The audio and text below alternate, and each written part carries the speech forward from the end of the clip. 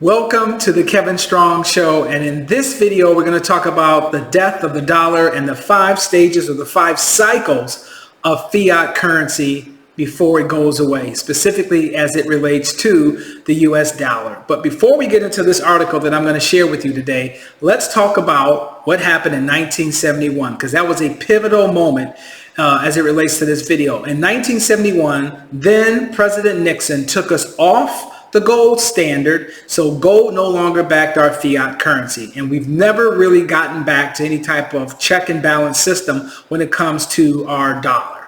And some people think that's a good thing, some people think that's a bad thing. I'm not going to get into any type of technical analysis or discussions about that, but clearly inflation over the decades has been eroding the US dollar. The dollar since 1914 all the way up to 2021 has basically lost about 98% of its purchasing power. Inflation by and large is the biggest culprit. Some of you who are a little bit older know where you can remember when you can go on to public transportation and ride the bus for 50 cents or get a loaf of bread and milk for under $1 and get change back. So we know those days are gone. So without further ado, let's get into why I'm saying the death of the dollar is nearing, and more importantly, the 5 cycles or the 5 stages of fiat currency from inception to extinction. So the first stage, let's talk about this. It is fueled by optimism and euphoria as politicians promise growth stimulus with the least amount of pain and discipline. In the beginning, there will be promise of fiscal responsibility to print only what the country needs and live within our budgetary means. So does that sound familiar as you go back a couple of decades? Remember, regardless of your political affiliation, whether you're an advocate of the left or the right, it was incumbent upon anybody trying to get a new bill or a stimulus package passed through and put into law. You had to convince the American people, how are you going to pay for all of that? Because we, at that point in time in history, were very, very concerned about balancing the budget. Just as an individual level, you should be concerned about balancing your household budget. The government was no different back then, even though a lot of times they failed. I think one time Clinton did it, but the point being is that that was something that was part of the political discourse back then. It wasn't something that just nobody talked about and just spent a bunch of money and had no idea about how we're going to check and balance everything. So now we move to stage 2. Now here's where it starts to get interesting. In stage 2, restrictions would be slowly removed from the currency creation process. The idea of paying off debt is no longer important as compared to growth. As a result, growth becomes the single most important driver of the fiat system. So as you can see here, you go from 1970, prior to 1971, where we're backed by gold, we've taken off gold, to, okay, now we're basically dealing with a fiat currency with nothing really to back it up. And then we get to a point in history where they're saying, hey, it's okay for you to come up with infrastructure bills and all of these government programs to help society and help stimulate the economy, but we need some type of check and balance to make sure we can stay within our budgetary process. Now we're getting to the point in stage 2 where that's no longer a paramount concern. What they're really talking about is how can we really just grow. And as a result, obviously, you're not balancing any type of budget. So now we transition into stage 3.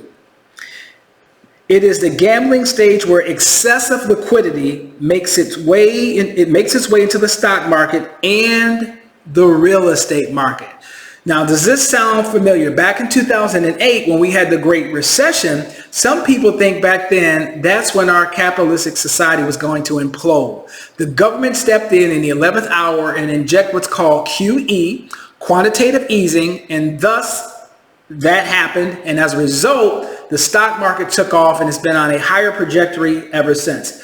Housing also has benefited from quantitative easing, but specifically not at the inception when it started in 2008.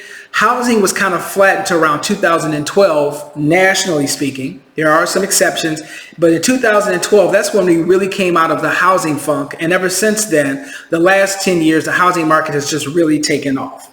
So now we're at stage 4. There's only one more after that. in this penultimate stage of the fiat currency, and I don't know if I'm pronouncing that word right, but it's basically meaning you're getting to the end of a cycle. You're getting close to the end of fiat currency, of your fiat currency cycle. Sluggish growth in Western countries force financial institutions to try to make money through other means than financial and broker fees. At this stage, corruption prevails, fundamentals are ignored, and wealth is concentrated in the hands of the few. Now, does this sound familiar? You have what people were saying last year in 2021. We had a K-shaped recovery where you had the very top elite just increasing their wealth at an exponential rate, and the lower half was just getting crushed. As people have been saying, the middle class is almost extinct. So what was happening, or what has been happening in Wall Street, is not a reflection on Main Street. That sounds like stage 4, which I think is where we're currently at now. The final stage is stage 5. Stage 5 occurs when there is hyperinflation, which is the worst economic phase of the fiat cycle. In stage 5, the currency becomes worthless. At this stage, precious metals are often reoccurring in the monetary system to be used as currency or be used to back up the currency. So that sounds like once you get to that stage, you're going to revert back to some type of commodity-based back currency, silver or gold, precious metals. So you see how this cycle of life from a financial standpoint starts off one way, goes through the progressions of 5 stages, ultimately to come back to the stage that we were taken off of in 1971 when Nixon took us off the gold standard. So I hope you enjoyed this video. Please, please, please keep your credit score up and pay down your debt before your debt gets a hold of you. Can you do me one favor? If you've been watching this video this long and you enjoy the content, please subscribe, like, and comment and share, because I care and I hope you do too. And I hope you enjoyed this video. This was the Kevin Strong Show, and I'll see you in the next one.